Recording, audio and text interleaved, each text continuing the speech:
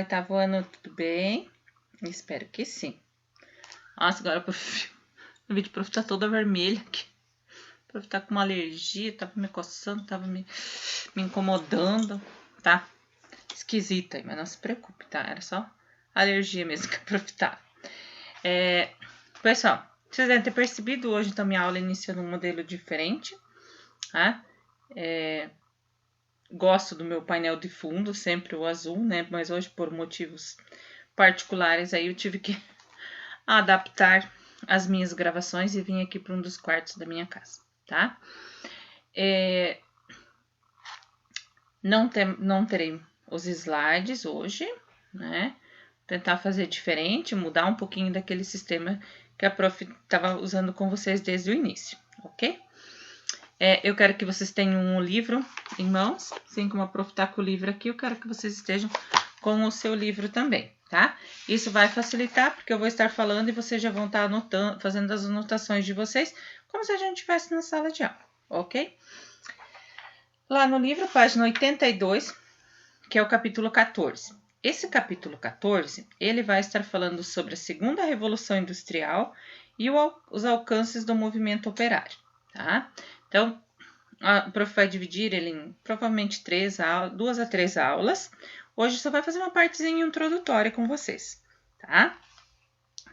No texto de abertura, vocês têm lá que a relação de trabalho, no início, ela acontecia o quê? Era tudo fragmentado, né? Quando se tem uma indústria em si, tá? Pega uma coisa de um lugar, pega outra coisa de outro lugar e tal, e vai juntando e vai montando um carro. O relato fala sobre bicicletas. Então, você vai juntando tudo isso. Aí chega um outro momento em que tudo isso vai ser fabricado, vai ser produzido dentro do mesmo espaço, tá?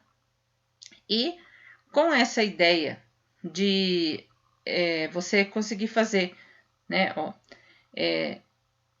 e fazendo tudo no mesmo lugar, né? A charge de abertura diz lá, vou me aposentar amanhã e sabe o que eu vou fazer? Andar até o final dessa linha de montagem e descobrir o que eu estou fazendo há 30 anos. Então, o que está acontecendo? Ele não está percebendo o final dele. Quando uma produção, ela é uma manufatura, ela é caseira, né? Ela é artesanal, a pessoa ela tem um conhecimento do começo ao fim. E aqui na industrialização ela vem mostrar essa diferença. Isso nós já falamos lá nas aulas sobre a primeira revolução industrial, né? Que se perde esse conhecimento total do produto. Você não tem mais um conhecimento geral daquilo, tá? E com a introdução da esteira, isso ficou mais visível ainda, porque é isso que essa chargezinha está mostrando pra gente. Que ele está produzindo, apertando aquele parafuso, apertando, mas ele não sabe qual é o móvel, qual é a peça que vai chegar lá no final da esteira e ser embalado, tá? Então, se desqualifica um pouquinho o trabalho. Você perde um pouco a essência daquele trabalho que vinha se trazendo até 1900, tá? Na página 84, vocês têm lá o progresso da industrialização. Então, no período da primeira revolução industrial, então lá, a partir dos anos de 1750, a Inglaterra já estava vivenciando esse advento das máquinas, tá? Isso é no segundo parágrafo para vocês grifarem e o terceiro parágrafo, tá? Nesse segundo, quando ele fala isso, que ele já está se submetendo a algumas atividades diferenciadas a essa industrialização em si, tá? Aí a economia ela já está mudando as coisas. E aí vamos lembrar lá do Adam Smith, o pai do liberalismo econômico, onde ele vai dizer que ele critica, né, a intervenção do Estado na economia. Então, quais eram as características, quais eram os motivos para a primeira revolução industrial ter ocorrido na Inglaterra? A ascensão da burguesia ao poder. Então, eles estão com o poder na mão e eles que têm essas indústrias. A disponibilidade de mão de obra, de matéria-prima e as reservas de carvão, tá? Isso vai fazer com que a Inglaterra seja um país que vai estar sendo pioneiro, que vai ser o primeiro a se industrializar. Tá? Depois da segunda metade do século XIX, a industrialização ela começa a ter novas características, novos aperfeiçoamentos, novas pesquisas. Hoje em dia, o texto lá no Aplicando o Assunto, na página 85, ele vai está mencionando a importância das pesquisas das universidades. Um dado que tem ali, nessa reportagem, nesse texto, fala lá que 95% das pesquisas científicas realizadas no Brasil são em universidades públicas. Né? Então, quanto que se pesquisa? Talvez não se tenha um recurso para aplicar depois essa pesquisa, mas esses avanços, né, hoje, para a atualidade, quando ele está falando lá entre 2011 a 2016, né, o Brasil estava em terceiro lugar na produção científica numa classificação de 190 países. Então, lá na segunda metade do século XIX, isso também já estava acontecendo. Essas pesquisas elas foram avançando cada vez mais, e isso vai ampliar os locais e as formas de se produzir. Com essa mudança, então, vai ser conhecido como a segunda revolução industrial. Tá? Na primeira revolução industrial, retomando um pouquinho lá, o que se tinha nessa primeira revolução industrial? Se tinha o carvão, tá? Ficou restrito à Inglaterra.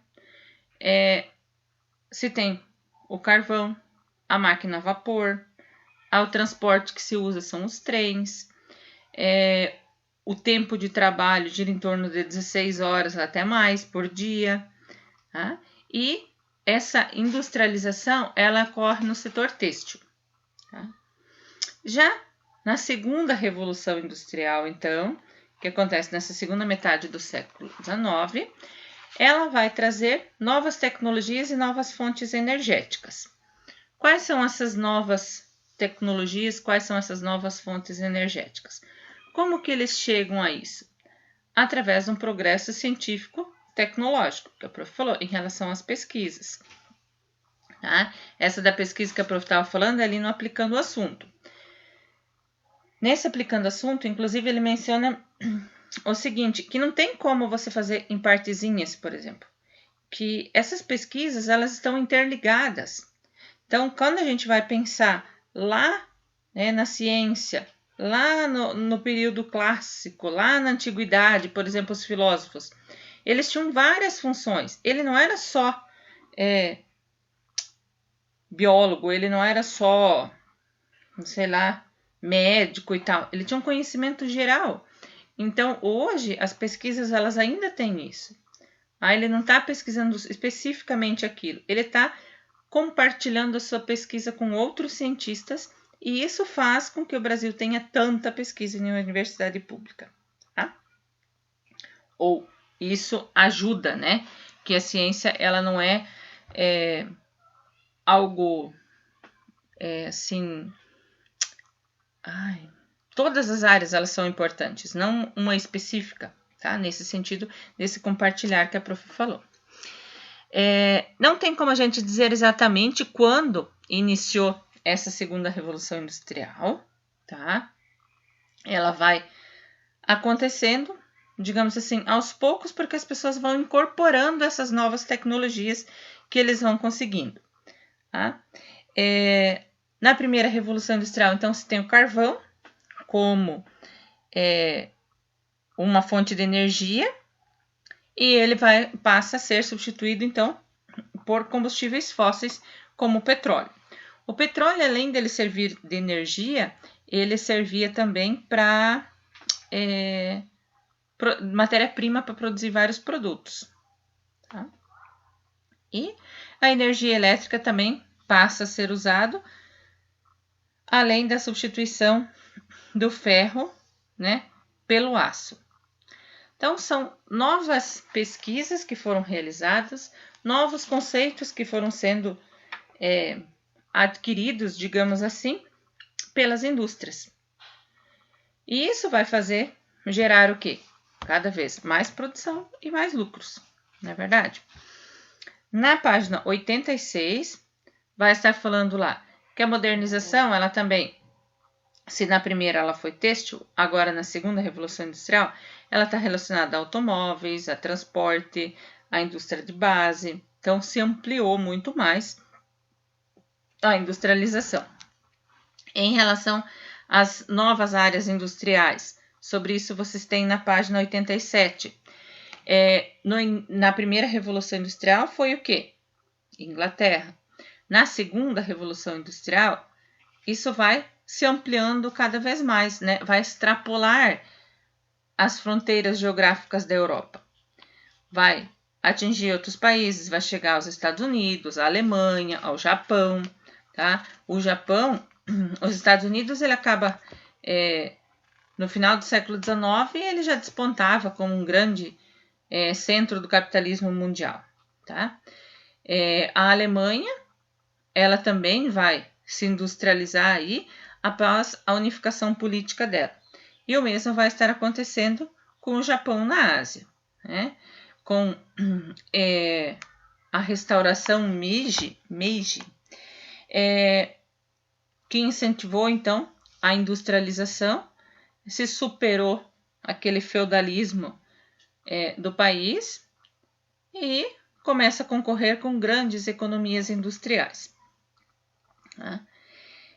De modo geral, a nossa introdução seria isso, tá? O prof vai retomar um pouquinho de novo lá sobre a característica das duas revoluções industriais. Então, pense como se fosse uma tabela, tá? Então, primeira revolução industrial, segunda revolução industrial. Aí, se a gente vai falar de período, quando aconteceu a primeira? Lá, final do século XVIII. A segunda, metade para o final do século XIX. Onde aconteceu a primeira? Na Inglaterra. Onde acontece a segunda? Tá? Se espalha para a Europa, Estados Unidos e Japão. Qual foi a maior invenção da primeira? A máquina a vapor. Qual é a maior invenção da segunda? O motor a combustão.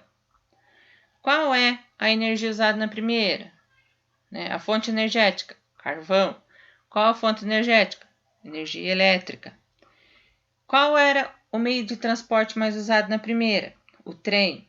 Na segunda, os carros já, que aumenta a quantidade de circulação em si. Não que ele possa, com o trem se levaria muito mais, mas o trem, ele acaba entrando em desuso aí em relação ao carro em si.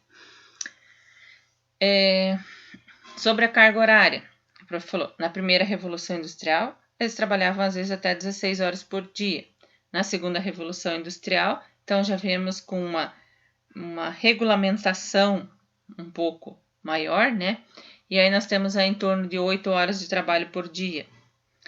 A primeira Revolução Industrial, ela vai focar, ela vai enfatizar a indústria têxtil. A segunda Revolução Industrial, as indústrias de base, tá? A indústria automobilística e, inclusive, a aeroespacial. Tá? Então, essa seria uma comparação um pouquinho das duas revoluções industriais que a gente viveu. E tem uma terceira aí também, né? Mas essa terceira não entra nesse contexto de agora. Ok, pessoal? Então, façam lá. Pode fazer até a atividade 3, atividade 1, 2, 3. Ok? E depois, lá no chat, nós corrigimos ela e observem lá nas orientações que a coordenadora vai passar, quais são as atividades que tem para fazer também e o que postar no AVA. Ok, pessoal? Até daqui a pouco.